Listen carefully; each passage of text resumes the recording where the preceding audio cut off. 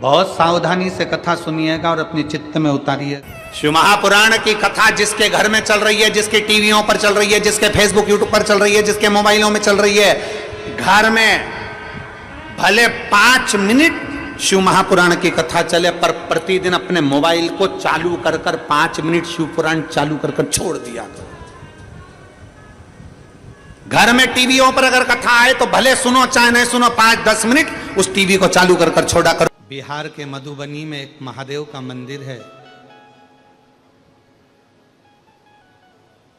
स्वयंभू प्रगट मेरे शंकर भगवान का एक शिवलिंग है जिसको उगना महादेव कहते हैं।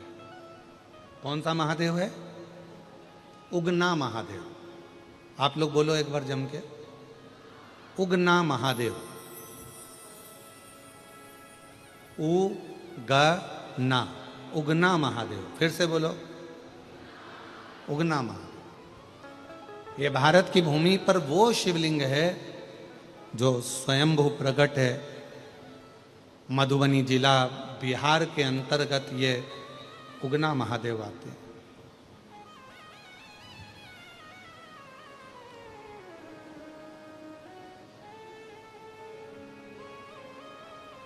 शिवजी का नाम ये सब उगना महादेव कैसे आ गया? उगना का तो मतलब होता है कि जो एकदम सुस्ती में रहता है, उदास रहता है, जिसे कोई काम ही नहीं होता है।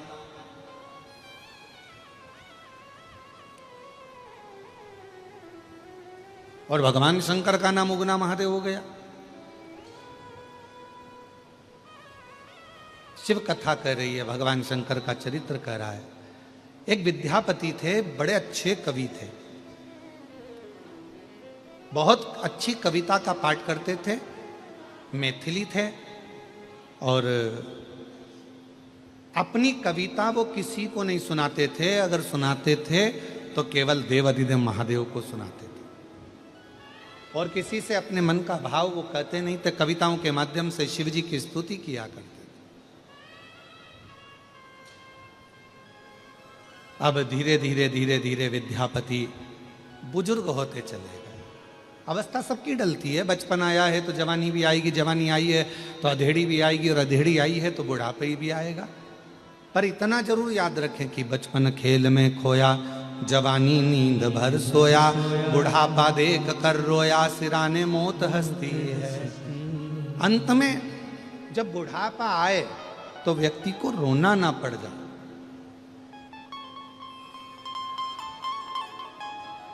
बचपन गया जाने दो, जवानी गई जाने दो, अधेड़ी गई जाने दो, पर बुढ़ापा मत बिगड़ने दो। ये शिव महापुराण की कथा कहती है।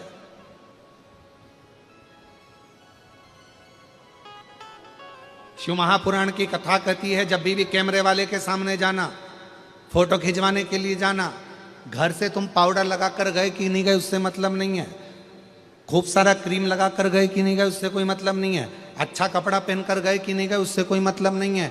फोटो वाले के सामने आप कितना भी अच्छा कपड़ा पहनकर चले जाओ, फोटो वाले के सामने आप कितनी भी अच्छी क्रीम पाउडर लगाकर चले जाओ, फोटो वाले के सामने आप हेयर स्टाइल चेंज कर कर चले जाओ, फोटो वाले के सामने आप डेंटिंग पेंटिंग कितना भी कर कर चले जाओ, और फोटो वाले के सामने जाकर एकदम जम के जाकर सिर पे पल्लू लेकर और बैठ गए, बैठे,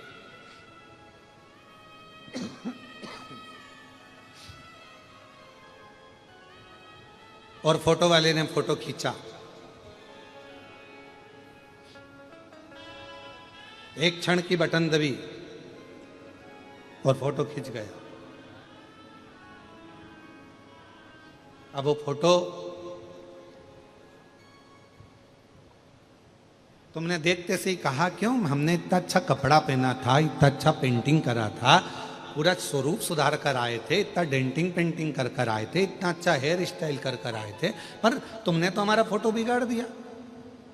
तो फोटो वाला बोलेगा, बहन जी फोटो तो अच्छा आ जाता, आप कपड़े तो अच्छी पहनी थी, आपने श्रृंगार भी अच्छा करा था, आपने सारा आभूषण अच्छा पहना था, बस एक कमी फोटो में रह गई बहन जी।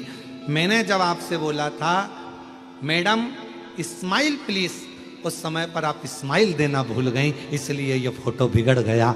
कपड़े से फोटो अच्छा नहीं आता, सुंदर स्वरूप से फोटो अच्छा नहीं आता, आप कैसी भी हेयर स्टाइल कर लो उससे फोटो अच्छा नहीं आता, आप कैसे कपड़े आभूषण धारण करे हो उससे फोटो अच्छा नहीं आता। शिव महापुराण की कथा कहती है फोटो को अच्छा लाने के लिए आपके चेहरे पर आप कैसे भी कपड़े पहने हो, कैसी भी हेयर स्टाइल है, कैसा भी चेहरा है, कैसा भी कुछ भी है, पर आपके चेहरे पर अगर स्माइल है तो फोटो अच्छा आकर ही रहता है। उसी तरह अंत समय में तुम्हारा बचपन कैसे भी गया, जवानी कैसी भी गई हो, अधेड़ी कैसी भी गई हो, पर बुढ़ापा जैसे आए और बुढ़ापे में जब मरने का समय आए, अंतिम श्वास चल रही हो, उस समय पर वैकुंठ अधिपति मेरे नारायण कैमरा लेकर खड़े होंगे, तुम्हारे प्राण छूट रहे होंगे, अंतिम श्वास चल रही होगी और वो परमात्मा भी कहेगा अब बुढ़ापा है, मरने का समय है, थोड़ा सा स्माइल दे ले। स्माइल का मतलब है थोड़ा सा राम कह ले, कृष्ण कह ले, शिव कह ले। अंतिम समय में अगर थोड़ा सा भी भगवान का नाम ले लिया, फोटो सुधर गया। और अंत समय सब बोलो सब, प्रभु आना पड़ेगा, वचन दिया तो निभाना पड़ेगा। और आए ना आए प्रभु कुटुंब कबीला, अंत समय प्रभु आना कोई साथ देगा नहीं। बचपन गया जाने दो, तुमने कपड़ा कैसा भी पहना जाने दो, तुमने श्रृंगार, जवानी आई तुमने श्रृंगार कैसा भी करा जाने दो, अधेड़ी आई तुम कैसे भी जिंदगी जिए चलेगा, पर बुढ़ापा तुम्हारा बिगड़ना नहीं चाहिए। सबसे कठिन है बुढ़ापा, पर बुढ़ापे को संवारने का सबसे सुंदर तरीका है तुम्हारा मौन रहकर भगवान की भक्ति को धारण करना।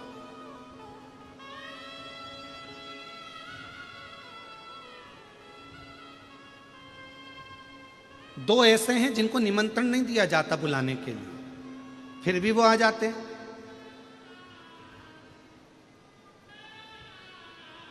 और दुनिया में कोई ऐसा पैदा नहीं हुआ जो इन दो को निमंत्रण देता हो।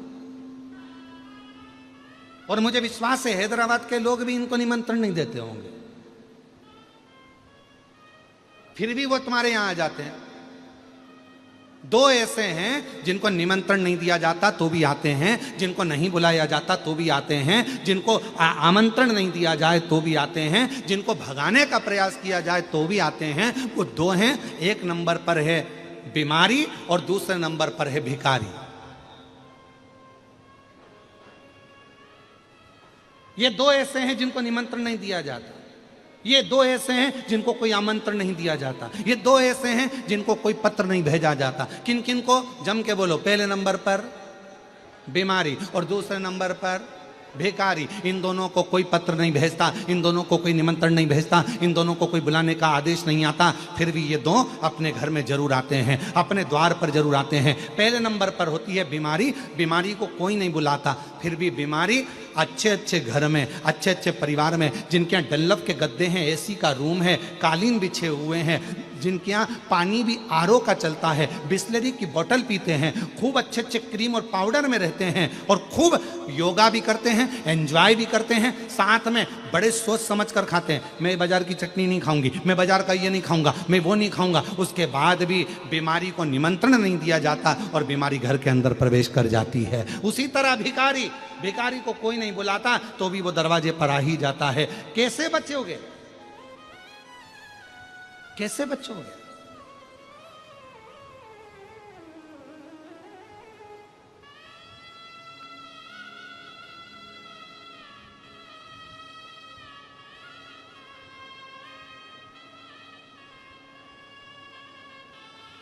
तो कहा दोनों से बचने का एक ही साधन है, दोनों से। अरे मुख में हो राम नाम, राम सेवा हाथ में, तू अकेला नहीं प्यारे राम तेरे साथ में। और जिंदगी की बागडोर हाथ दीना नाथ के, जिंदगी की बागडोर हाथ दीना नाथ के, वो महलों में राखे चाहे झोपड़ी मेरा वो महलों में राखे चाहे झोपड़ी। निर्भर करता है प्रभु के नाम पर, निर्भर करता है भगवान के नाम पर। जपो, लगे रहो भगवान की विरल भक्ति में, लगे रहो भगवान के भजन में, दोनों दूर रहेंगे, दोनों।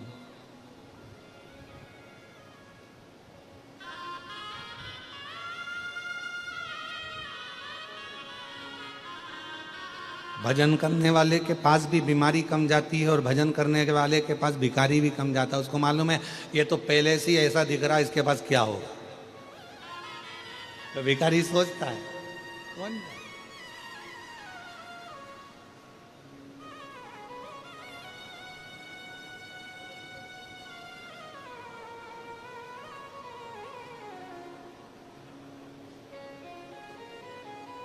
दूर है। कथा कह रही है, भगवान शंकर का चरित्र कह रहा है। हाथी ने परमात्मा को पुकारा, कोई नहीं आया, तब परमात्मा आया, अपना गरुड़ छोड़कर आ गया। सीमा नहीं है मेरे भगवान।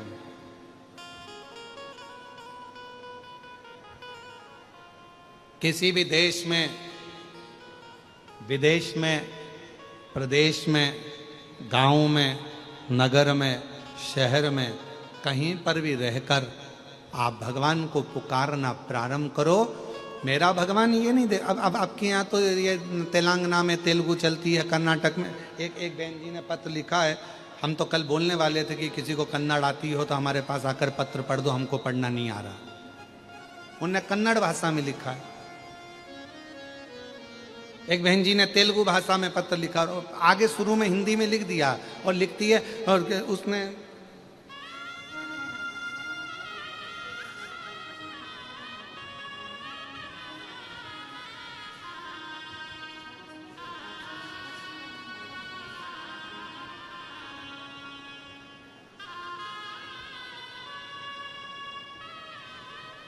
अब वो पत्र को ढूंढना पड़ेगा। उसमें उन्होंने आगे आगे हिंदी में थोड़ा थोड़ा कट में लिखा है, मेरे को हिंदी नहीं आती है।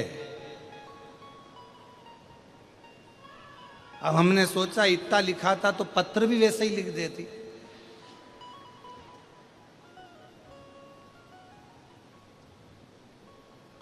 अब उसके बाद में उन्होंने वो पत्र में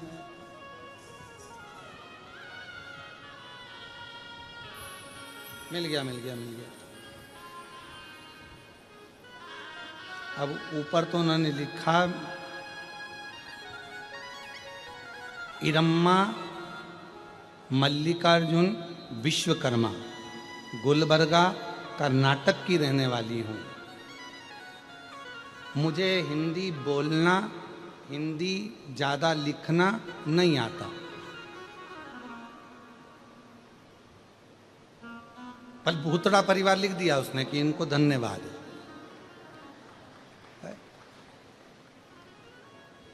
टीवी पे तुम्हें देखती हूं, सुनती हो, देखती। पीछे लिखा, अब पीछे लिखा पर पढ़े कौन दादा। लाओ जरा, इनमें से किसी को तो कन्नड़ आती होगी, लाओ इधर पढ़ो तो रहे जरा। जब तक अपन अपना गुनगुना लो। शंभो सर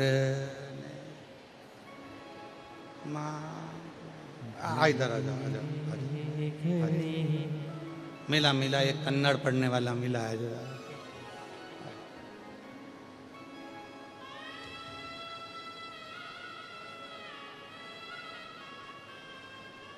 और शंभो शरण पड़ी मांगो घड़ी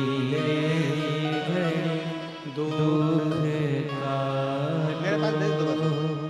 दया करी दर्शन आपो ओ शंभु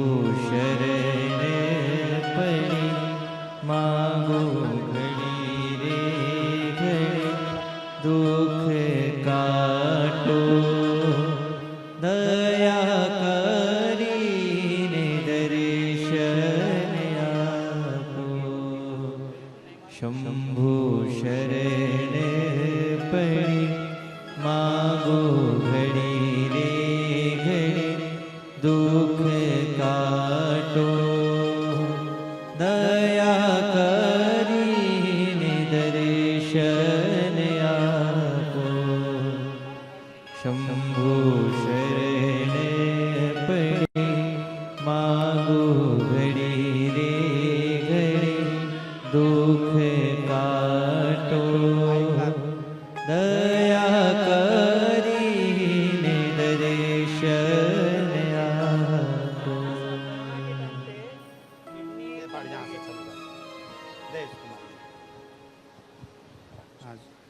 श्री शिवाय नमस्तुभ्यम। ईरम्मा मल्लिकार्जुन विश्वकर्मा उन्होंने कहा है कि गुलबर्गा से उन्होंने, गुरुजी मुझे नहीं मालूम था कि आपके बारे में, फिर मेरी फ्रेंड ने कहा कि मुझे आपके बदल पूरा कहा। जब से मैं मंदिर जाने लगी हूँ, कोरोना के टाइम पे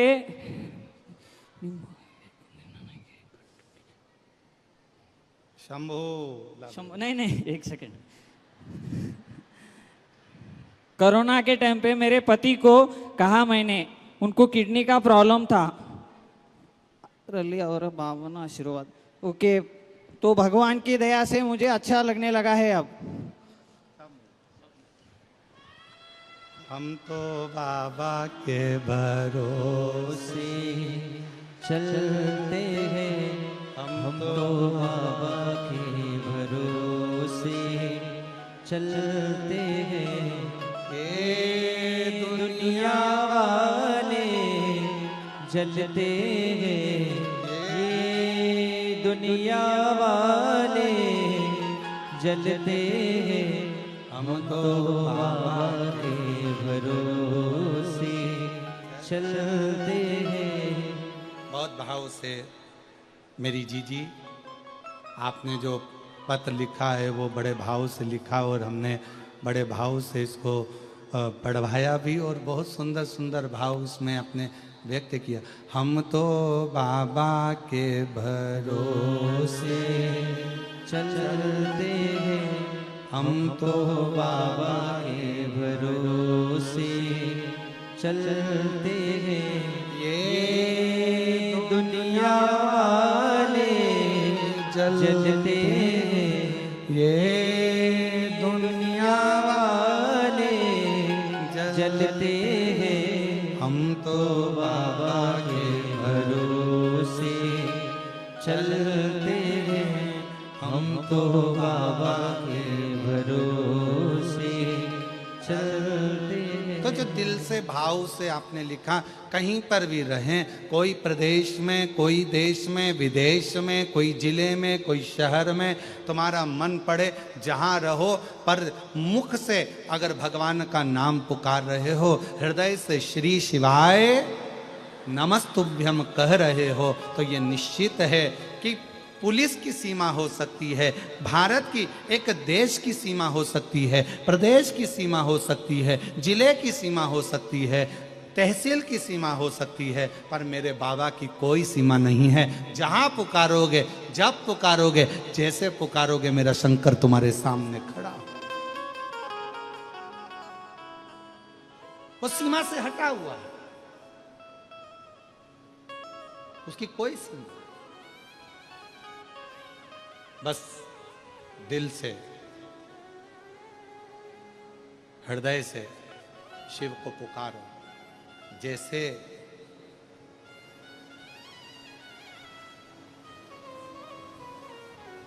जिस समय पर माता सती के पिताजी ने, दक्ष प्रजापति ने यज्ञ रखा, सबको आमंत्रण दिया, सब, पर माता सती जी के यहां कोई निमंत्रण नहीं दिया। और देवता क्या कर रहे थे? देव ऋषि नारद जा रहे थे तो कैलाश के ऊपर से जा रहे थे, इंद्र जा रहे थे तो कैलाश के ऊपर से जा रहे थे। क्यों? क्योंकि माता सती देखे और सती जी को लगे कि सबको निमंत्रण पत्र भेजा गया, पर मेरे पिताजी ने मेरे यहाँ ही निमंत्रण पत्र नहीं भेजा। ये दिखना चाहिए।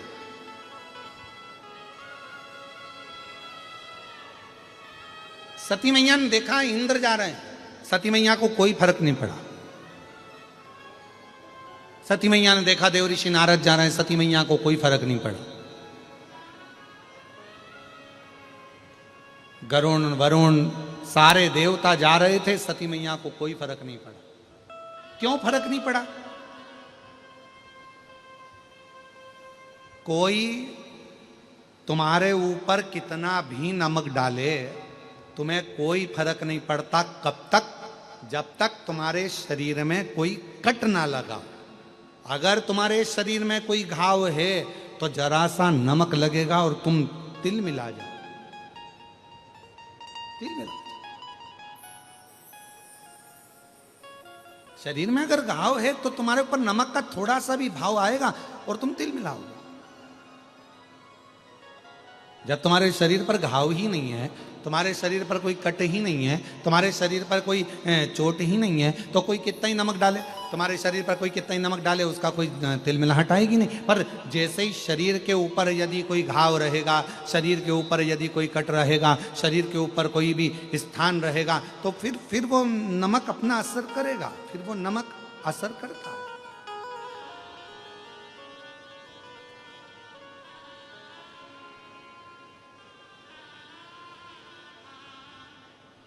फिर वो नमक अपना असर कर सकता है।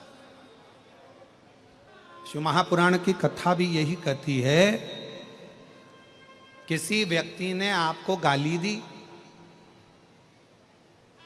गाली असर कब करेगी? जब आपने गाली को वापस पलट कर यदि जवाब दिया है तो वो गाली आप पर असर करेगी। पर गाली कब तक असर नहीं करेगी? जब तक आपने पलट कर जवाब नहीं दिया।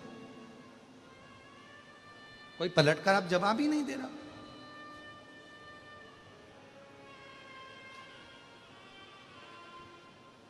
किसी ने आपको अपशब्द दिया, ताना दिया, आड़ा टेढ़ा बोला, आपने अगर पलट कर जवाब दिया तो समझ लो आपने गाली को लिया। आपने पलट कर अपशब्द बोले तो मतलब आपने पलट कर उसने जवाब दिया है, तो मतलब उसने गाली को स्वीकार किया है। एक महाभारत का बड़ा सुंदर चरित्र है महाराज। जिस समय पर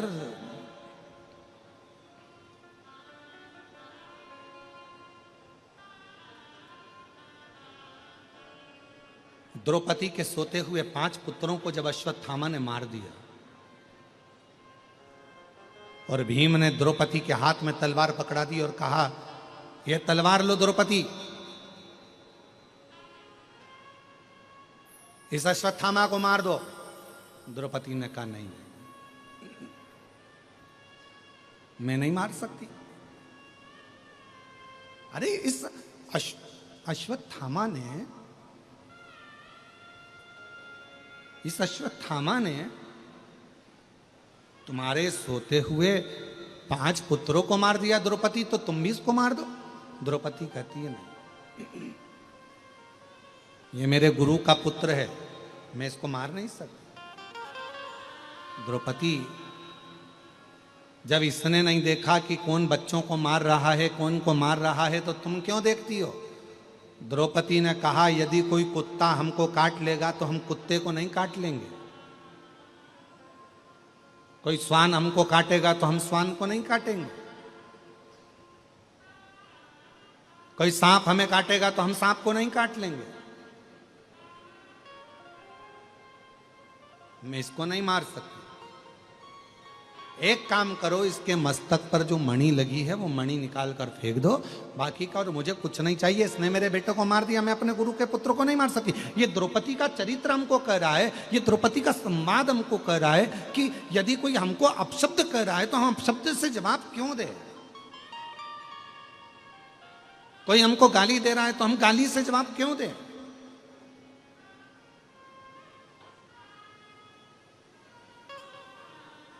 अगर हम पलट कर वही जवाब दे रहे हैं तो ये तो वही हो गया कि हमारे शरीर में घाव है। सती माता ने कोई जवाब नहीं दिया। नारद जी बार बार निकल कर जा रहे थे, इंद्रदेव निकल कर जा रहे थे, वरुण गरुण निकल कर जा रहे थे, 33 कोटि देवता दक्ष प्रजापति के यहाँ जा रहे थे। माता सती ने कोई जवाब नहीं दिया। आखिरी में हुआ क्या, जब देव ऋषि नारद ने देखा कि सती के चेहरे पर कोई सली नहीं आ रहा, तब देव ऋषि नारद माता सती के पास आ गए और सती से जाकर कहा, माँ आपके पिताजी यज्ञ रखे हैं और उस यज्ञ में सबको बुलाया, आपके पति को और आपको नहीं बुलाया। बस अब माता सती का हृदय, अब माता सती का दिल अब रोया, अब रोया। और शंभु शरण मांगू घड़ी रे घड़ी दुख काटो दया करीने दर्शन आ। अब माता सती को लगा, और सती मैया को जैसे ही लगा तो माता सती ने अपने पति भगवान देवादिदेव महादेव से कहा, मेरे पिताजी के यहाँ यज्ञ चल रहा है, मुझे जाना चाहिए। शिव जी ने मना करा, सती मत जा। सती को समझाया, मत जा। सती मानने को तैयार नहीं, मुझे जाना चाहिए, मुझे पहुंचना है, मुझे जाना है, मेरे पिता के घर का यज्ञ है, मुझे जाना पड़ेगा। सती माता को खूब खूब भगवान शंकर ने समझाया, पर आखिरी में सती नहीं मानी और पिताजी के यहाँ यज्ञ में पहुंच गई। पहुंची तो देखा कि यहाँ सबके लिए स्थान था, पर माता सती ने देखा कि मेरे पति के लिए कोई स्थान नहीं था, मेरे पति के लिए कोई स्थान। नैनों से नीर माता सती के बह रहा था, आंखों से आंसू माता सती के बह रहे थे, नैनों से अश्रु माता सती के बह रहे थे, कोई स्थान नहीं।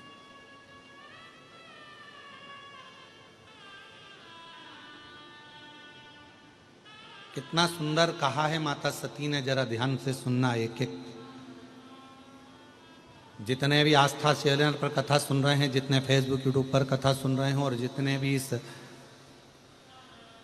भाग्यनगर हैदराबाद में शमशाबाद की इस पवित्र धारा पर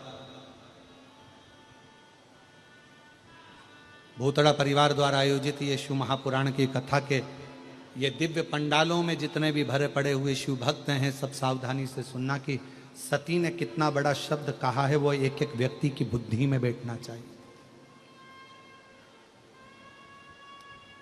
माता प्रसूति आई,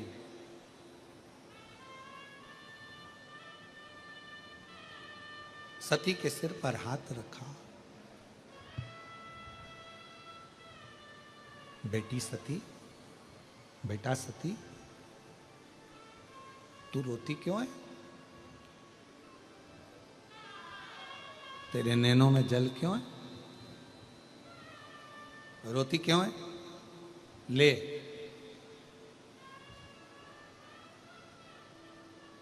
सती ये थोड़ा सा जल का आचमन कर ले। सती ने मना करा, नहीं मां, मैं नहीं। रति आ गई, रोहिणी आ गई, सबने समझाया सती को, सती ले थोड़ा सा जल का आचमन कर ले, थोड़ा सा जल पी ले सती। सती ने अपने केशों को खोलकर माता सती कहती है, सुनो मां प्रसूति, मैं सती देवादिदेव महादेव की अर्धांगिनी मां आज एक शब्द कहती हूं, जिस स्थान पर शंकर के लिए कोई स्थान नहीं हो, जिसके घर में भगवान शंकर का शिवलिंग नहीं हो, जिस घर के अंदर, जिस भवन के अंदर शंकर का कोई स्थान ना हो, शंकर का शिवलिंग ना हो, सती कहती है उस घर का जल पीने वाला कभी मोक्ष प्राप्त नहीं कर सकता, उसे कभी मोक्ष नहीं मिल सकता। जिस घर में शंकर भगवान का शिवलिंग होता है, जिस घर में शिव का स्थान होता है, जिस घर में शंकर का एक प्रतिबिंब स्वरूप होता है, उस व्यक्ति को किसी तीर्थ में जाने की जरूरत नहीं पड़ती, सारे तीर्थ उस व्यक्ति के घर में आकर विराजमान हो जाते हैं, सारे तीर्थ आते हैं। और मेरे पिता दक्ष प्रजापति शंकर जी का अपमान कर दिया, मेरे पिता दक्ष प्रजापति शिव का अपमान कर दिया। मेरे पिता दक्ष प्रजापति ने शंकर भगवान का अपमान करा है, शिव का स्थान नहीं रखा, शंकर के बैठने का स्थान नहीं रखा, इसलिए दक्ष प्रजापति के घर का जल मेरे लिए श्रेष्ठ नहीं है। मैं यहाँ जल, तुम मां प्रसूति कर रही है, ये तो तेरे पिता का घर है, पिता का घर है पर शिव का घर नहीं है। ये पिता का घर है पर शिव का घर नहीं है। और मेरी जीजियों, मेरे जीजाओं, मेरी बेटियों, बेटाओं, मेरी माताओं, मेरे भाई बुजुर्ग बंधो, स्मरण रखना, प्रत्येक घर में भगवान शंकर का एक छोटे से छोटा शिवलिंग जरूर होना चाहिए, जरूर होना चाहिए।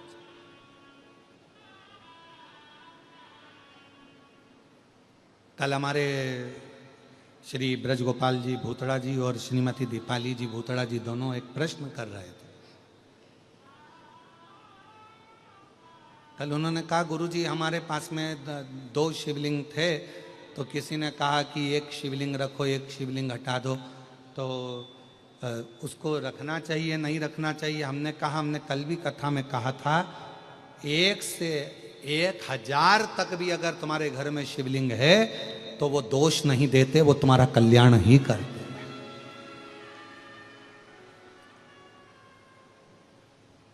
किसी अन्य देवता की मूर्ति अगर तुम्हारे घर में है तो किसी देवता की अगर मूर्ति तुम्हारे घर के अंदर है तो वो 1-2 हो सकती है, 2 से ज़्यादा नहीं हो सकती है। पर भगवान शंकर का यदि शिवलिंग तुम्हारे घर में है, 1 है, 2 है, 3 है, 4 है, 50 हैं, 100 हैं, 200 हैं, 500 हैं, 1000 हैं, 10,000 हैं, कितने भी हैं, तुम्हारे घर का वो शिवलिंग कभी तुमको दुख नहीं देगा, कभी कष्ट नहीं देगा, कभी तकलीफ नहीं देगा।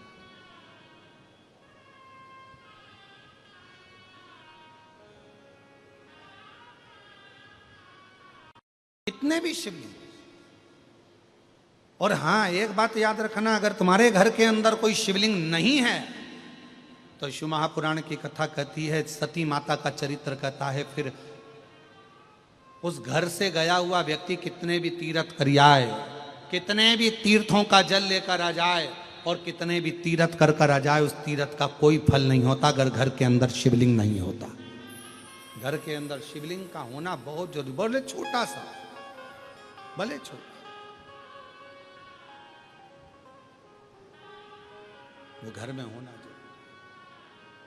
और मैंने तेरे ही भरोसे, एक पत्र अच्छा है देखिए, बाबा तेरे ही भरोसे हवा विच उड़ती ही जावांगी, बाबा डोर हथों छड़ी ना में कटी जावांगी, भोले मैं तेरी पतंग, शंभू मैं तेरी पतंग। बहुत बड़ा पत्र है, हैदराबाद भी बड़ा है ना, इसलिए पत्र भी बड़ा है, ठीक है। मैं प्रियंका राहुल सोनी, कहीं बैठी हो प्रियंका राहुल सोनी तो हाथ हिला सकते हैं, और अगर कहीं बैठे हों तो एक बेलपत्र लेने के लिए आ सकते हैं। मैं प्रियंका राहुल सोनी, पुराना पुल, हैदराबाद से हूँ। सबसे पहले मैं भूतड़ा जी को धन्यवाद करना चाहती हूँ और बाबा को साधुवाद देना चाहती हूँ। शिव जी ने बड़ी कृपा करी, जो रक्षाबंधन का तोहफा ब्रजगोपाल जी, मैं ब्रजगोपाल भूतड़ा जी को साधुवाद दूं कि रक्षाबंधन का तोहफा ब्रजगोपाल जी आपने सभी बहनों को दिया है, इस पत्र में लिखा है। ये शिव कृपा। गुरुजी, भोले बाबा का मैं क्या गुणगान करूं, मेरे पास शब्द कम पड़ जाएंगे।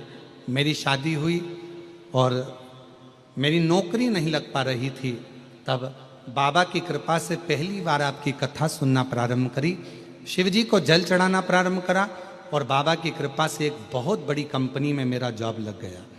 गुरुदेव, मेरी बेटी का जन्म हुआ और जन्म होने के बाद उसके मुंह में एक छाला हो गया। डॉक्टर को दिखाया तो डॉक्टर ने कह दिया इसका ऑपरेशन करना पड़ेगा।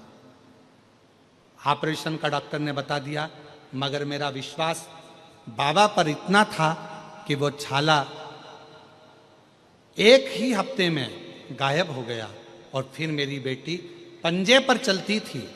वो पूरी खड़ी नहीं हो पाती थी, चल नहीं पाती थी, पर बाबा पर मेरा भरोसा पूर्ण था। डॉक्टर ने कहा था ये ऐसी ही चलेगी, पर बाबा की कृपा से शिवजी के चढ़े हुए जल से आज मेरी बेटी पूरी चलने लगी और बाबा की कृपा से उसका पूरा पांव रखा। मैं शिव को प्रणाम करने के लिए आया और तेरी कृपा का क्या है भरोसा, कब किस पर हो जाए जरा सी। एक लाइन अच्छी लिखी है, अरे लुटा दिया भंडार काशी वाले ने और कर दिया माला काशी वाले,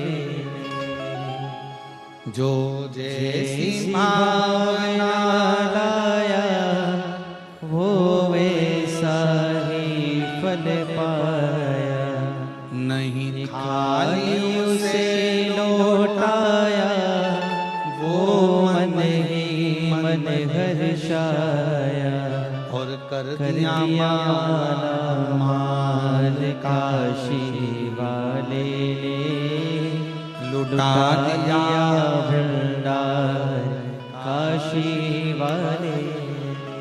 एक पत्र और अच्छा है,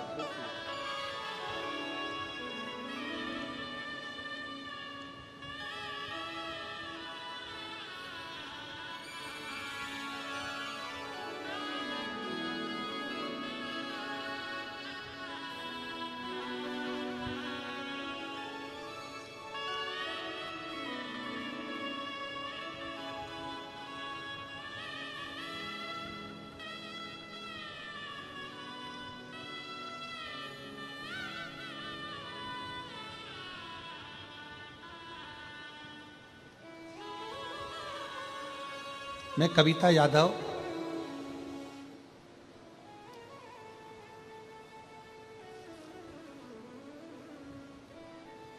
बी शंकर लाल यादव, हम हैदराबाद बेगम बाजार के निवासी हैं।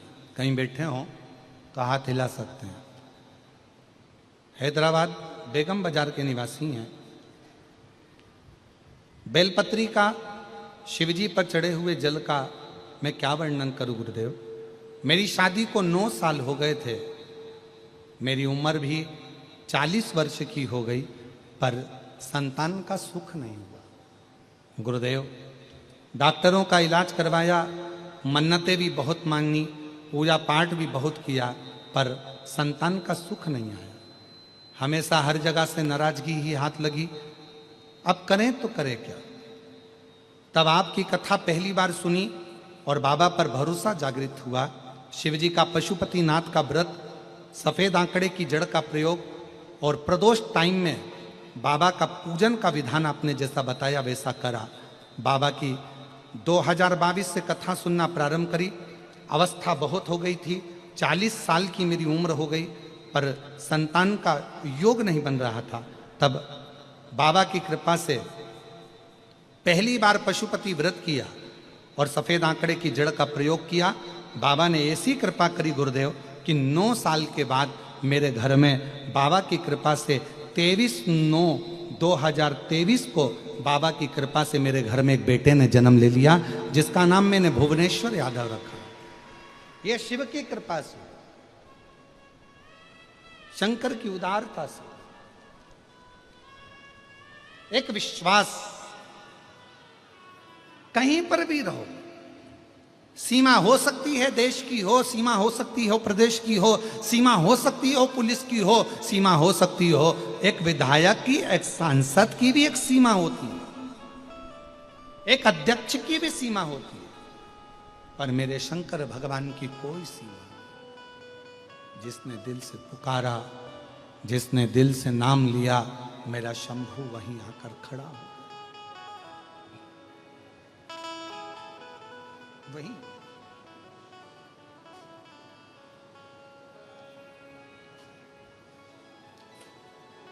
बस उसमें आपका दिखावा नहीं होना चाहिए। देखिए, सती माता से कह रही हैं, माता प्रसूति की ये थोड़ा सा जल का आचमन कर लो, और माता प्रसूति के शब्द सुनकर माता सती कर रही है, भले मेरे पिता का घर पर जल नहीं पीऊंगी, क्योंकि यहां शिव का स्थान नहीं है।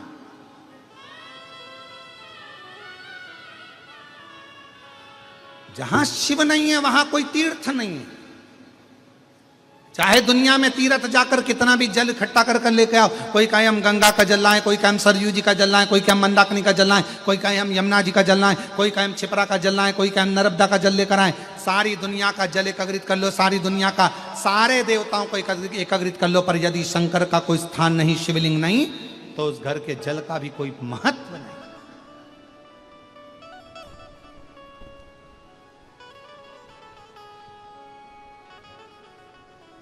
चाय कौन कौन पीता है? हाथ उठाओ जरा, जम के तो उठाओ जरा, हाथ तो उठाओ। चलो ठीक है।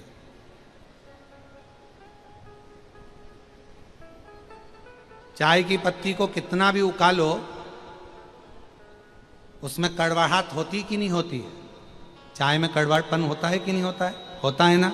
शक्कर डाल दो चाय की पत्ती में, उसका कड़वापन जाएगा क्या? जम के तो बोलो।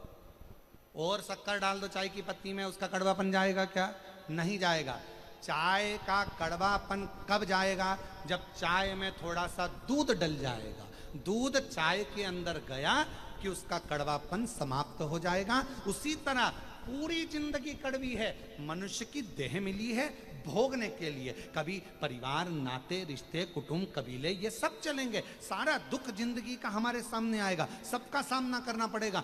ये दुख, ये कड़वापन हमारी जिंदगी में चलता रहेगा। चाय में कड़वापन रहता है, कड़वाहट रहती है, पर चाय में कितनी भी शक्कर मिलाकर उकाल लो, पर चाय का कड़वापन चाय में हमेशा रहेगा। पर चाय के कड़वेपन को यदि कम करना है तो उसमें दूध डालना पड़ेगा, चाय का कड़वापन समाप्त हो जाएगा।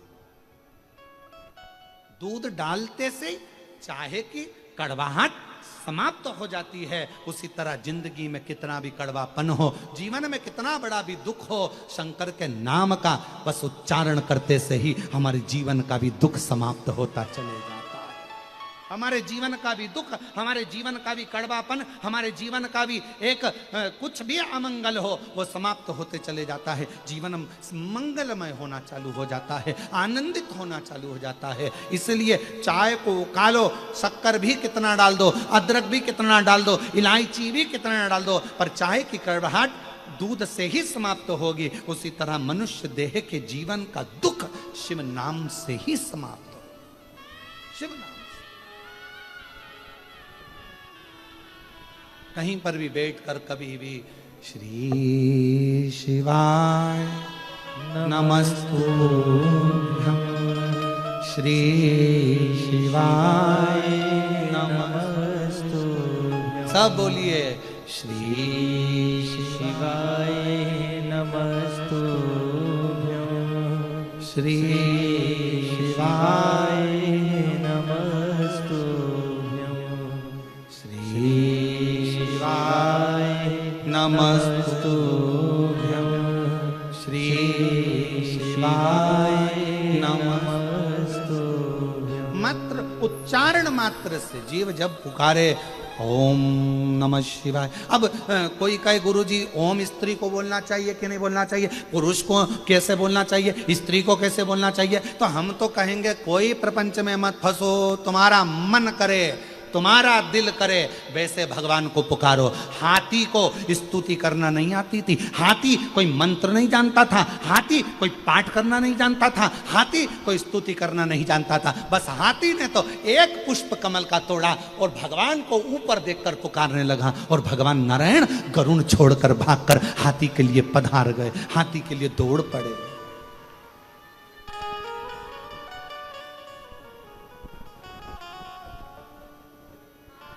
किसको आए?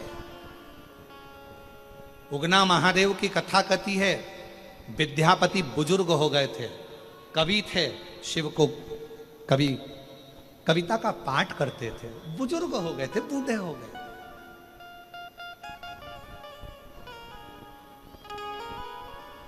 विद्यापति, उगना महादेव की कथा कहती है, विद्यापति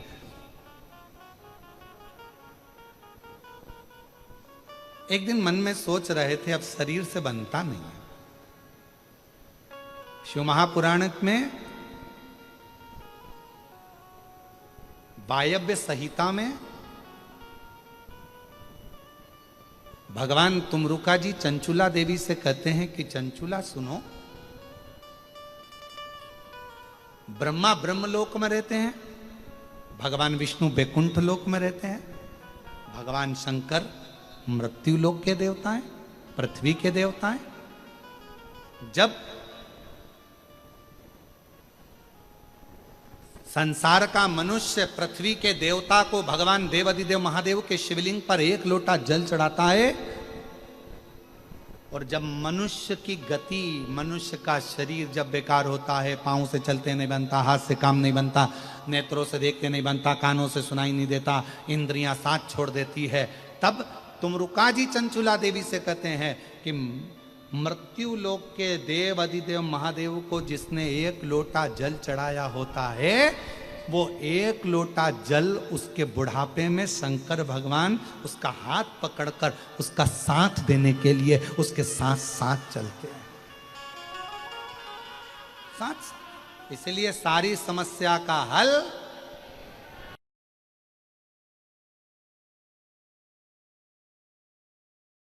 नारा है, श्री शिवाय एक लोटा जल, सारी समस्या का हल।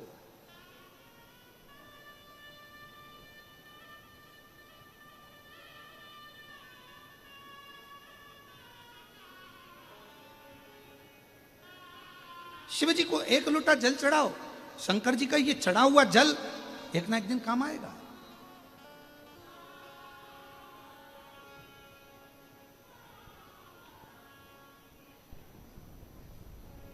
एक प्रसंग आप लोग कभी तुलसी बाबा के चरित्र में पढ़िएगा, वो एक लोटा जल लेकर जाते थे, थोड़ा सा कहीं ना कहीं वो जल ढोलकर चले जाते थे, वो जल भी उनका काम आया।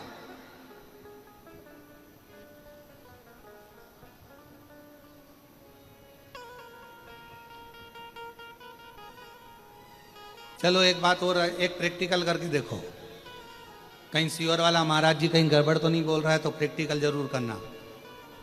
एक गमले में मिट्टी भरी है, उसमें कोई बीज तुमने नहीं लगाया,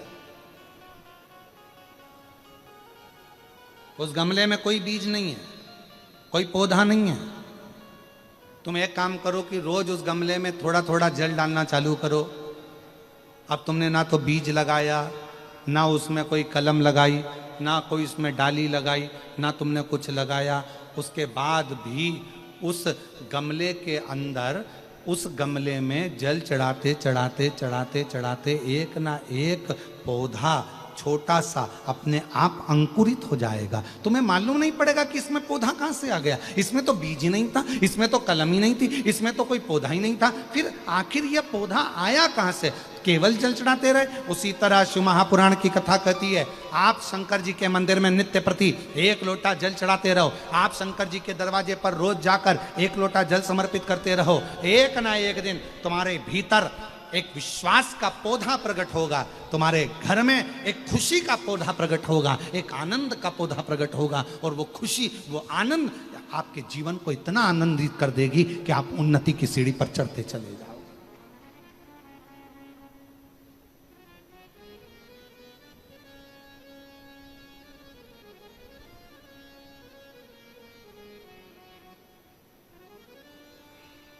उगना महादेव की कथा कहती है, विद्यापति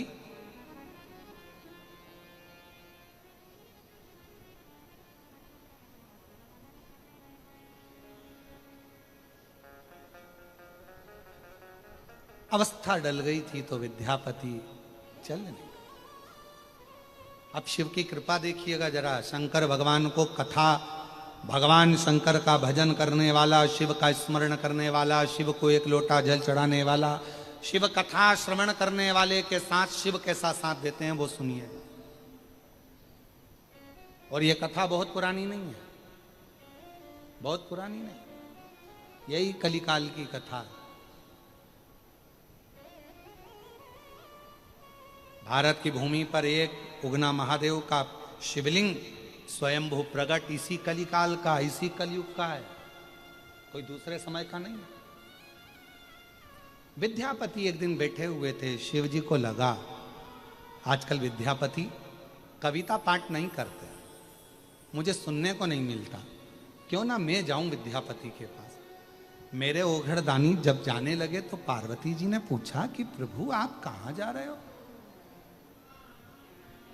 कहां जा रहे हो प्रभु?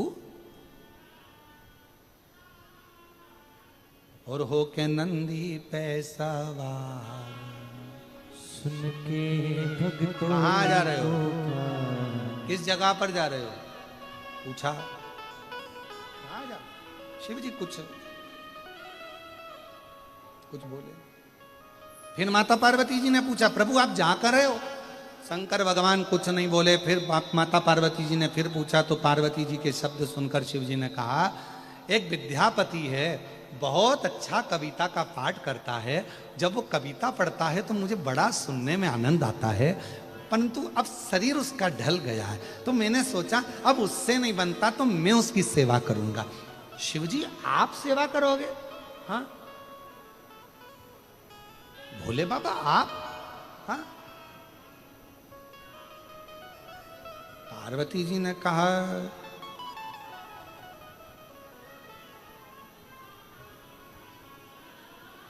प्रभु ये तो उल्टी रीति नहीं हो जा रही है, दुनिया के लोग महादेव की सेवा करें ये चल जाएगा, पर महादेव दुनिया के लोगों की सेवा करें ये कहां से चलेगा? शंकर भगवान बोले सुनो पार्वती, जब किसी मनुष्य के भजन का बल बढ़ जाता है, उसकी भक्ति का बल बढ़ जाता है, और मनुष्य जब धीरे धीरे अवस्था ढलती जाती है तब उसका परिवार साथ छोड़ देता है। पर शंकर जी कहते हैं पार्वती मैं साथ नहीं छोड़ता, जब सब साथ छोड़ देते हैं तब मैं हाथ पकड़कर उसको आगे बढ़ाकर लेकर जाता हूं, तब मैं जाता हूं।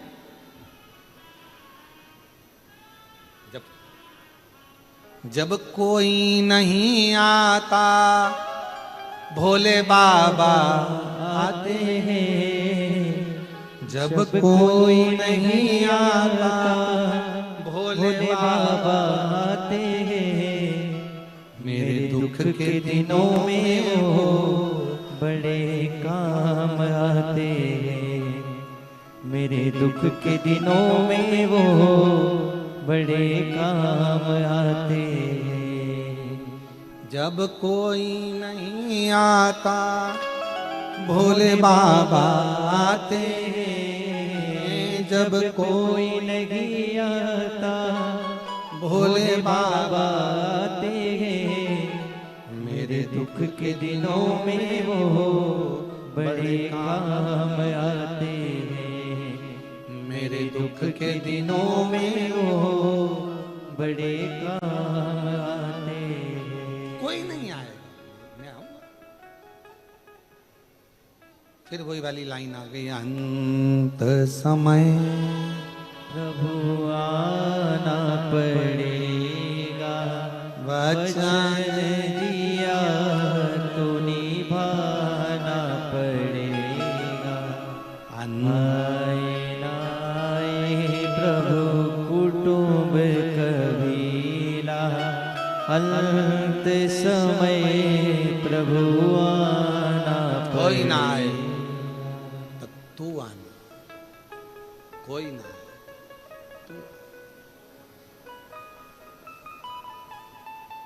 कोई साथ दे नहीं तब तू देना।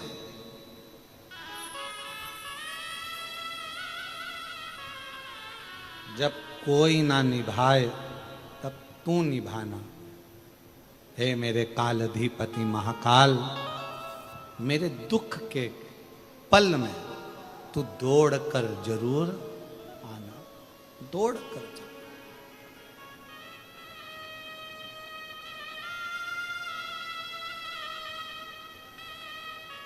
तब तू आना और तेरी कृपा से, तेरी दया से, तेरी करुणा से सुख का अनुभव।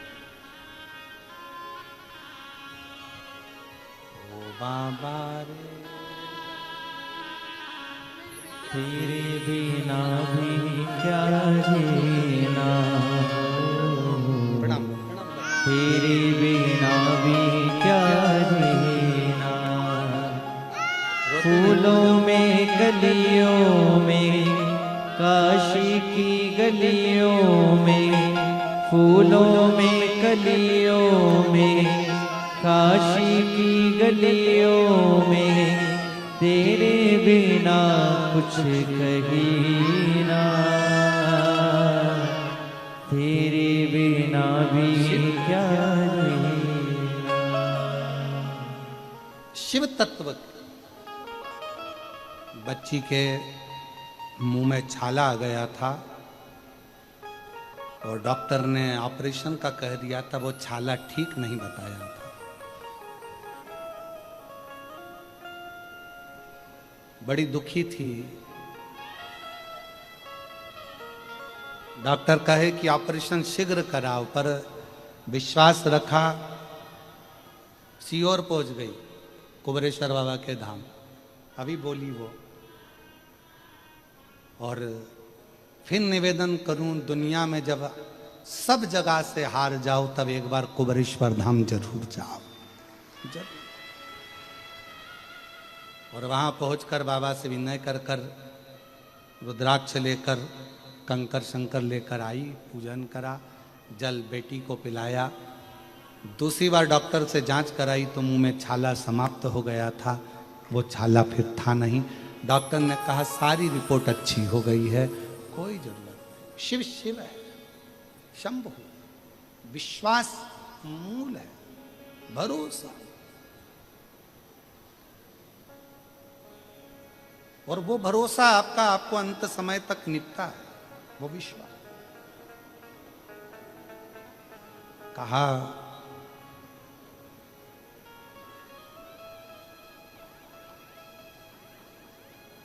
विद्यापति के लिए शिवजी कह रहे हैं कि मैं जाऊंगा, और विद्यापति के लिए भगवान देवादिदेव महादेव भगवान शंकर स्वयं गए, स्वयं। एक सेवक का रूप रख लिया, तन पर एक पिछोड़ा था, वस्त्र नहीं था।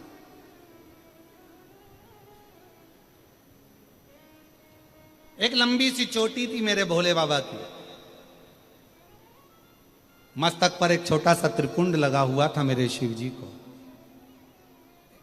तन पर एक धोती लपेटे हुए थे मेरे बाबा भोलेनाथ। और विद्यापति के दरवाजे पर पहुंच गए और आवाज लगाकर कहा, विद्यापति जी, ओ विद्यापति जी, विद्यापति जी, ओ विद्यापति जी। विद्यापति जी को आवाज लगाई, विद्यापति जी ने आवाज सुनी, अंदर बुलाया, कौन है रे, अंदर आ। तो कहा मुझे काम की जरूरत है, मैं आपके यहाँ काम करना चाहता हूँ, मेरा कोई भी नहीं है संसार में, मैं आपका कोई भी काम कर दूंगा, मुझे रख लो। विद्यापति जी ने कहा मेरे को तो खुद खाने के लाले पड़ रहे हैं, मेरे पास कुछ धन नहीं, दौलत नहीं, संपदा नहीं, मेरे पास में कोई धन नहीं है, दौलत नहीं है, संपदा नहीं है, मैं तुझे क्या दूंगा, मेरे पास तो कोई तेरे को देने के लिए तनख्वाह भी नहीं है। इतने में शंकर भगवान जो एक साधारण से मनुष्य के रूप में थे, कहा मुझे कुछ मत देना, आप तो बस मुझे 2 समय का भोजन दे देना, बहुत है। विद्यापति जी बोले 2 समय का भोजन? शिव जी ने कहा चलो ठीक है, एक काम करो कि 1 समय का भोजन दे देना, बस बहुत है। इतने में भगवान शंकर को देखकर विद्यापति के मन में आया कैसा साधारण सा उगना जैसा बालक है। चलो ठीक है, आज से मैंने तेरा नाम उगना रख दिया है। उगना, चल ठीक है, तू काम करते रहना, तुझे एक समय का भोजन मिलेगा। अब तो उगना काम में लग गया। विद्यापति जी जब कविता पाठ करते, उगना बैठ जाता, सुनता और काम में लगा रहता। धीरे धीरे धीरे धीरे समय बीता। एक दिन नगर के राजा के यहाँ से सूचना आ गई कि विद्यापति को हमारे घर में आकर कविता का पाठ करना पड़ेगा।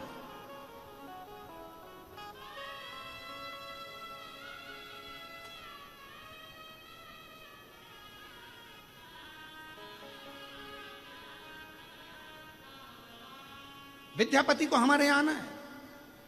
और देखो, शिव की जब कृपा होती है ना, जा पर कृपा राम की होई, ता पर कृपा करे सब कोई।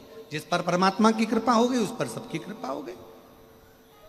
राजा के यहां से सूचना आ गई विद्यापति जी के यहां, विद्यापति आपको हमारे यहां आकर पाठ करना है। विद्यापति खुश हो गए, जिंदगी में पहली बार किसी राजा के यहां जाकर मुझे कविता पाठ करने का मौका मिलेगा। विद्यापति चल दिए, चले, उगना साथ में। चलते चलते बीच रास्ते में विद्यापति जी को प्यास लगने लगी, बहुत तेज। अरे उगना, बहुत प्यास लग रही है, जल्दी जल लेकर आ। उगना ने देखा ना कोई तालाब है, ना बावड़ी है, ना कुआं है।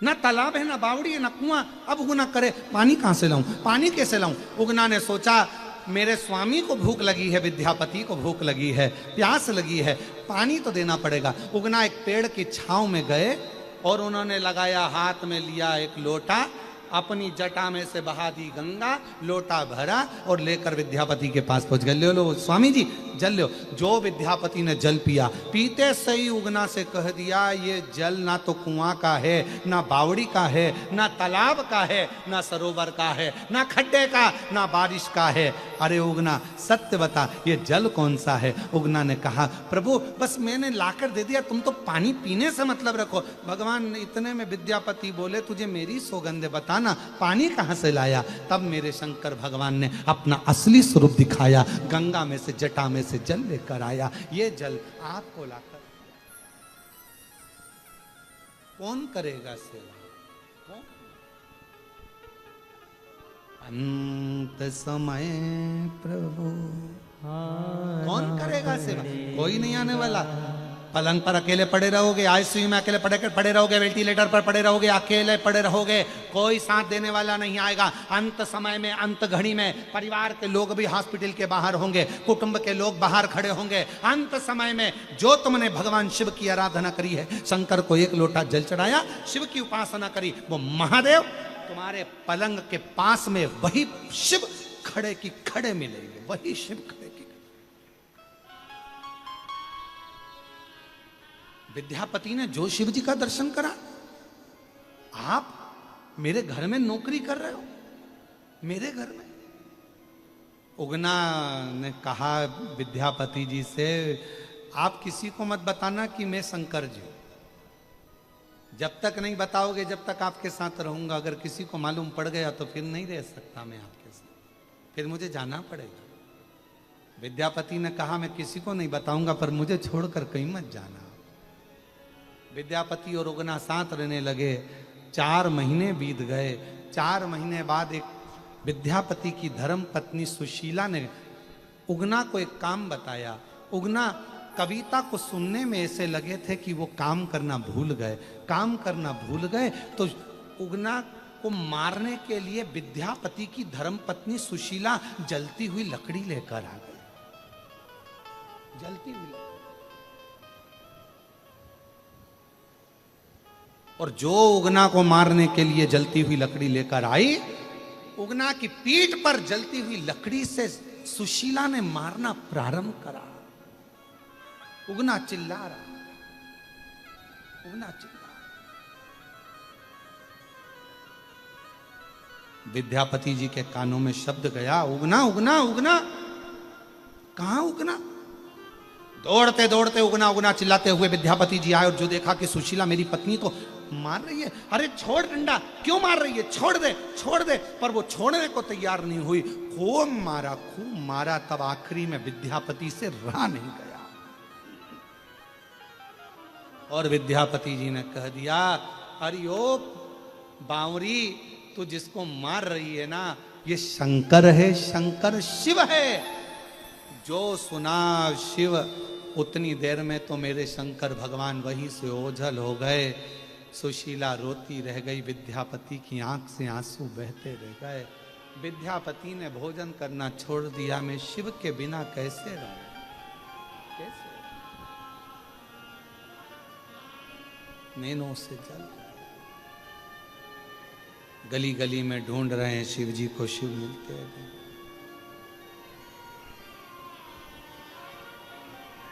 फूलों की कलियों में, काशी की गलियों में, फूलों की कलियों में, काशी की गलियों में, तेरे बिना कुछ कहीं ना, तेरे बिना भी क्या जीना। ओ बाबा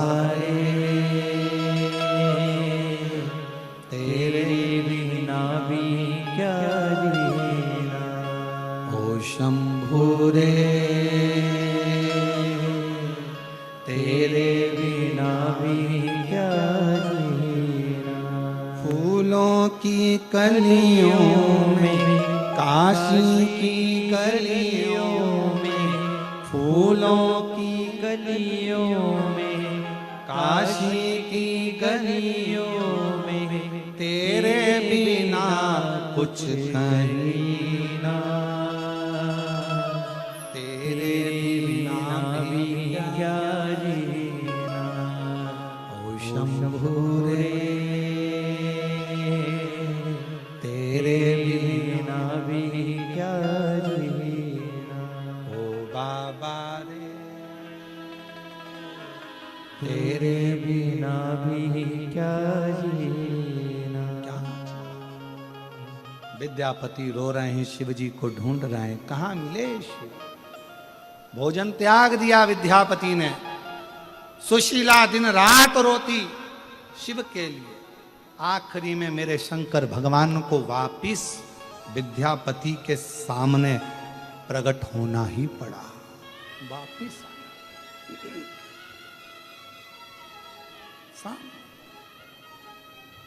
विद्यापति जी की आंख से आंसू बहने लगे। शिव आप?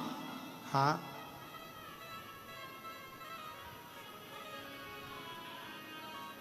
मुझे ये जटा वाला शिव नहीं चाहिए, मुझे तो मेरा उगना शिव चाहिए।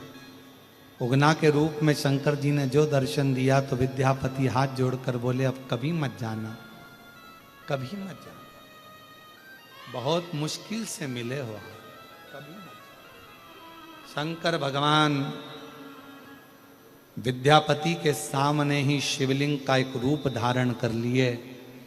कहा, सुनो विद्यापति, इस कलिकाल में तुमने मुझे प्रकट करा है।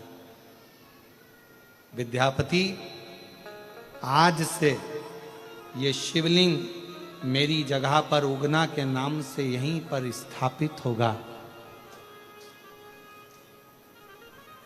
बिहार के मधुबनी जिला के अंतर्गत आज भी उगना महादेव विद्यापति के लिए वहां पर विराजमान हो गए।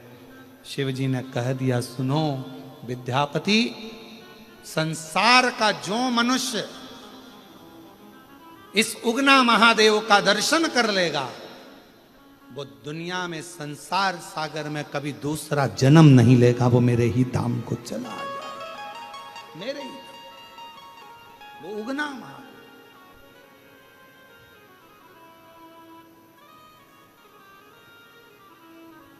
एक स्वतंत्रता मेरे शिव ने दी है, मेरे शंकर।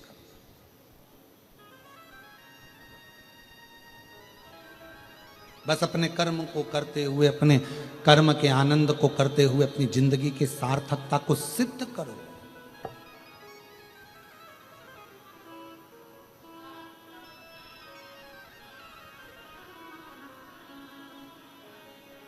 और जब आप अपनी जिंदगी के सभी कार्य को अच्छे से करेंगे तो जीवन अपने आप आनंदित होता चले जाए।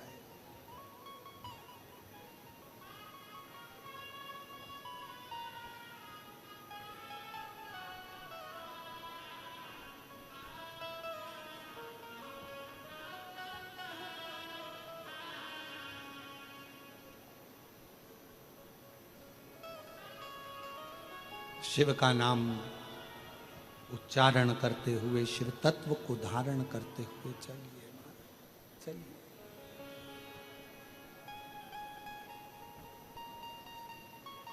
और अपनी किस्मत का ताला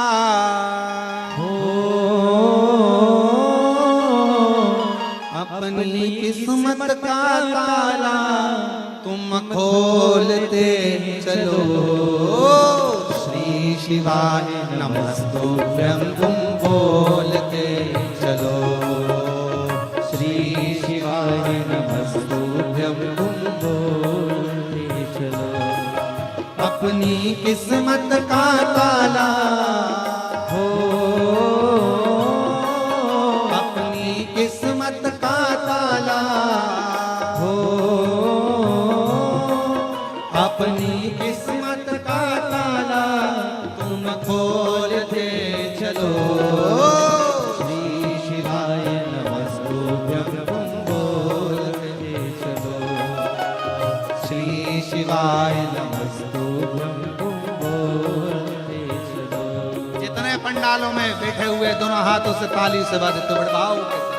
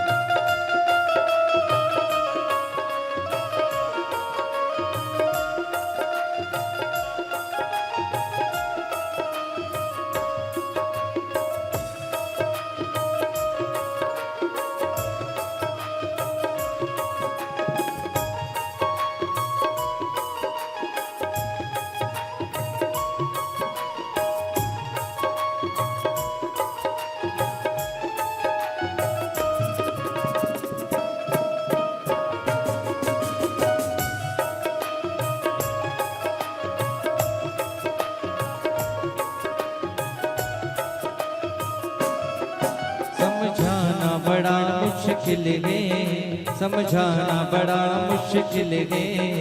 आखिर वो दर्द दिल है, आखिर वो दर्द दिल है। सच्चा दरबार लगा है, ये भोले की महफिल है। सच्चा दरबार लगा है, ये भोले की महफिल है।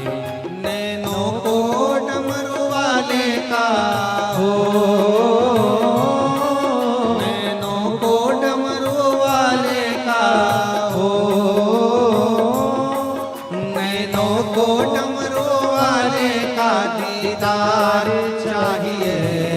वो काशी रहने वाला भोलानाथ चाहिए, वो काशी रहने वाला भोलानाथ चाहिए।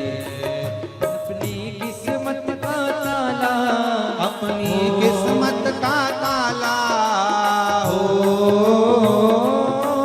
अपनी किस्मत का ताला तुम खोलते चलो। श्री शिवाय नमस्तुभ्यं तुम बोलते चलो श्री शिवाय नमस्तुभ्यं तुम बोलते चलो। शंभो।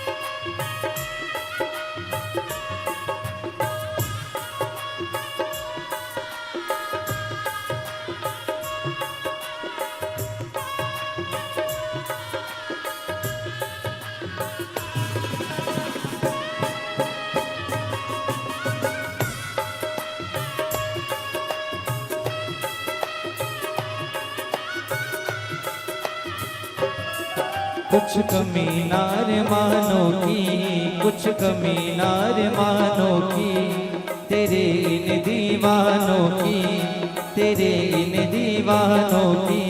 मुझको मदहोश बनाए करतार तेरे नैनों की, मुझको मदहोश बनाए करतार तेरे नैनों की। नैनों को भोले बाबा का हो, नैनों को काशी वाले का दीदार चाहिए।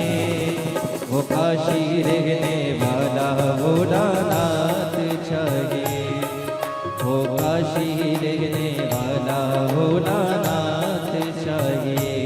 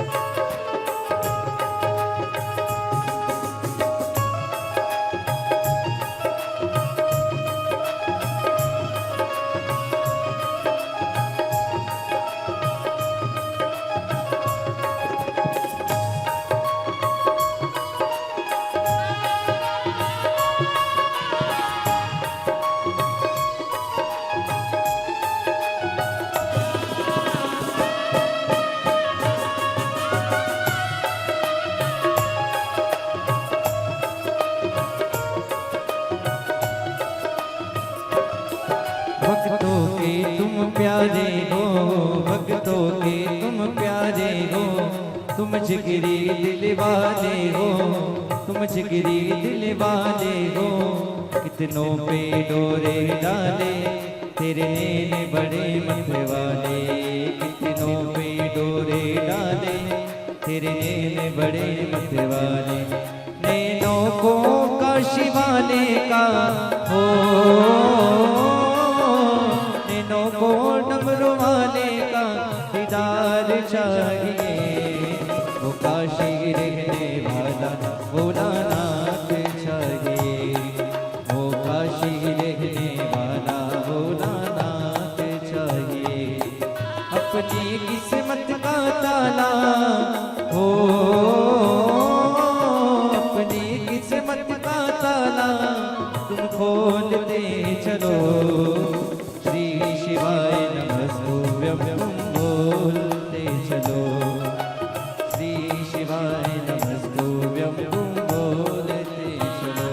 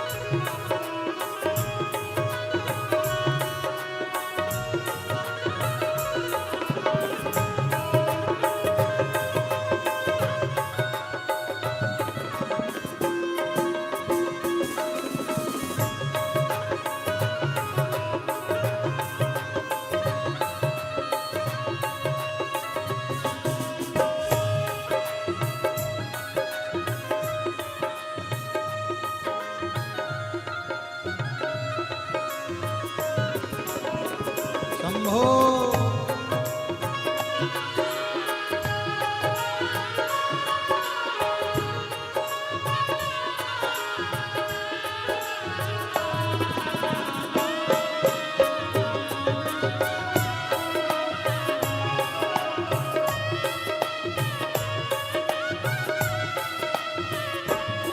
समझाना बड़ा मुश्किल है, समझाना बड़ा मुश्किल है, आखिर वो दर्द दिल है, आखिर वो दर्द दिल है। सच्चा दरबार लगा है, ये भोले की महफिल है। सच्चा दरबार लगा है, ये भोले की महफिल है। सच्चा दरबार लगा है, ये भोले की महफिल है। सच्चा दरबार लगा है, ये भोले की महफिल है। नैनों को डमरू वाले का हो, नैनों को डमरू वाले का हो, नैनों को काशी वाले का दीदार चाहिए। वो काशी रहने वाला भोलानाथ चाहिए, वो काशी रहने वाला भोलानाथ चाहिए। अपनी किस्मत का ताला हो, अपनी किस्मत का ताला तुम खोलते चलो। श्री शिवाय नमस्तुभ्यं तुम बोलते चलो। श्री शिवाय नमस्तुभ्यं तुम बोलते चलो। श्री शिवाय नमस्तुभ्यं तुम बोलते चलो। श्री शिवाय नमस्तुभ्यं तुम बोलते चलो। श्री शिवाय नमस्तुभ्यं तुम बोलते चलो। श्री शिवाय नमस्तुभ्यं तुम बोलते चलो। श्री शिवाय नमस्तुभ्यं तुम बोलते चलो। आर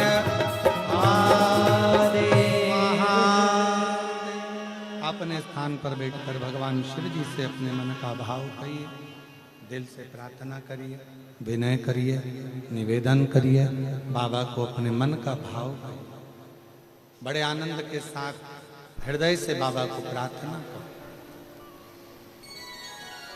कल भगवान कृष्ण की जन्माष्टमी महापर्व भी है।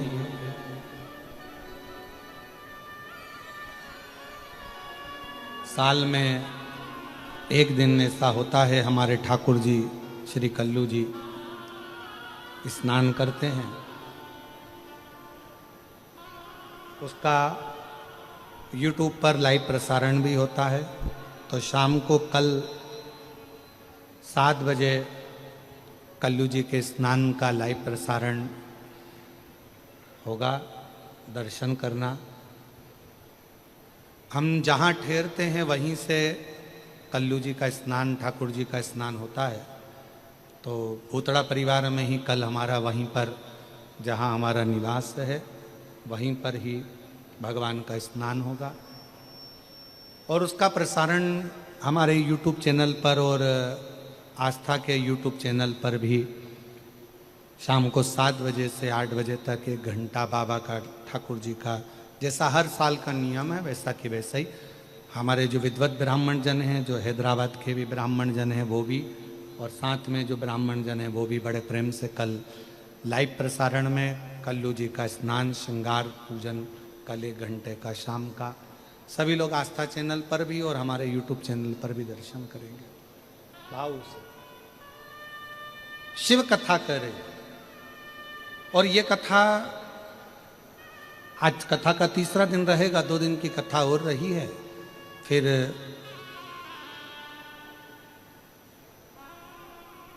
1 तारीख से 7 तारीख तक कथा जो हमारे गादी की रहती है, छोटा उसका स्वरूप होता है, वो टीवी पर नहीं आती है, जो अग्रवाल धर्मशाला सीहोर में होती है। तो कृपया वहाँ इतनी जगह नहीं रहती, वहाँ ना आए। 9 तारीख से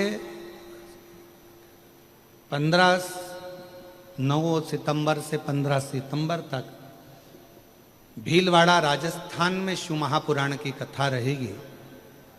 वो कथा का लाभ आप और हम सब भीलवाड़ा की पवित्र भूमि पर, राजस्थान की भूमि पर बैठकर उस कथा का लाभ लेंगे और आस्था चैनल पर भी उसका प्रसारण आनंद से हो। तो भीलवाड़ा वालों को बहुत बहुत बधाइयाँ, जिनके इस पवित्र क्षेत्र में श्राद्ध पक्ष की पहली कथा भीलवाड़ा के अंतर्गत श्रवण करने का सौभाग्य मिलेगा, शिव तत्व को जानने का, प्राप्त करने का सौभाग्य मिलेगा। शिव कथा कर रही है, भाव से आनंद से सभी लोग शिव जी से अपने मन का भाव कहेंगे, प्रार्थना करेंगे।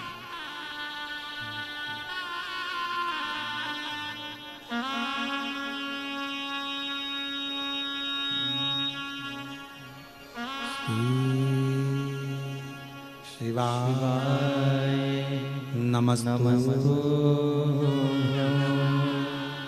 श्री शिवाय नमस्तु श्री शिवाय नमस्तु श्री शिवाय नमस्तु श्री शिवाय नमस्तु। भोला सब दुख काटो मारा, ओ भोला सब दुख काटो मारा।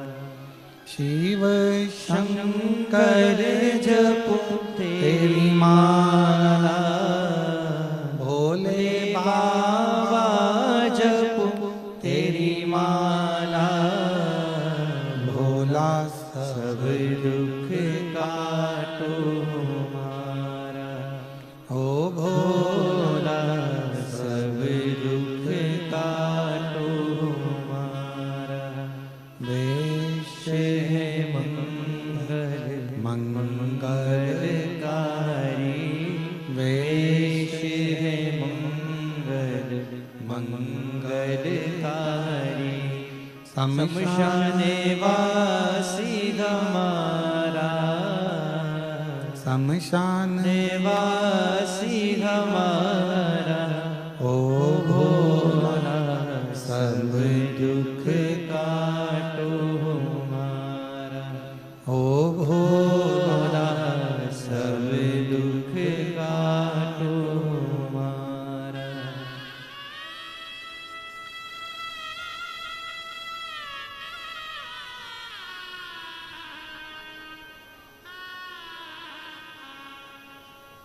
बाबा देवती महादेव, भगवान शिव उगड़दानी, त्रिकालदर्शी, कैलाशी, विनाशी शिव की कथा कर रही है। भगवान शंकर जी का संवाद कर रहा है। मां सती अपने पिता के घर का एक अंजलि जल भी ग्रहण नहीं कर रही है।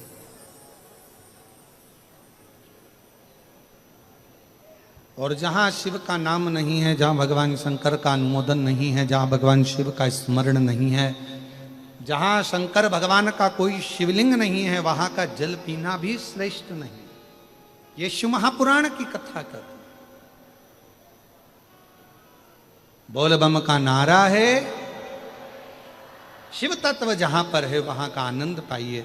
शिव कथा कहती है, भगवान शंकर का चरित्र कहता है, शिव महापुराण की कथा कहती है। वही सती माता अपने पिता के घर में दक्ष प्रजापति के यहाँ जब उनने देखा कोई स्थान नहीं, और मां सती ने अपने प्राणों को अपने पिता के घर के यज्ञ के कुंड में ही छोड़ दिए। एक गलती माता सती से हुई, और हमारा निवेदन है वो गलती कभी जिंदगी में आपके साथ ना हो जो माता सती से हुई है। माता सती से जो गलती हुई है वो सती माता की गलती क्या थी? जो यज्ञ हो रहा था, अनुष्ठान हो रहा था, यज्ञ चल रहा था, अनुष्ठान चल रहा था, यदि सती माता को क्रोध की अग्नि में जलना ही था, यदि सती माता को अपने प्राण त्यागना ही थे, तो शिव महापुराण की कथा कहती है कि यज्ञ की अग्नि में नहीं त्यागना था, यज्ञ कुंड के नजदीक में नहीं त्यागना था, उस यज्ञ की अग्नि से दूर अपने प्राणों को त्यागना। जब हमारे यहाँ कोई सत्यनारायण जी की कथा हो रही हो, पूजन हो रही हो, अर्चना हो रही हो, ब्राह्मण देवता हमारे घर में विराजमान है, यज्ञ करा रहे हैं, अनुष्ठान करा रहे हैं, पूजन करा रहे हैं, अर्चना करा रहे हैं, शिव महापुराण की कथा कहती है अगर आपको क्लेश करना है, आपको झगड़ा करना है, आपको विवाद करना है, तो जब पूजन हो रही है उसको छोड़ो, उसके बाद में कर लेना।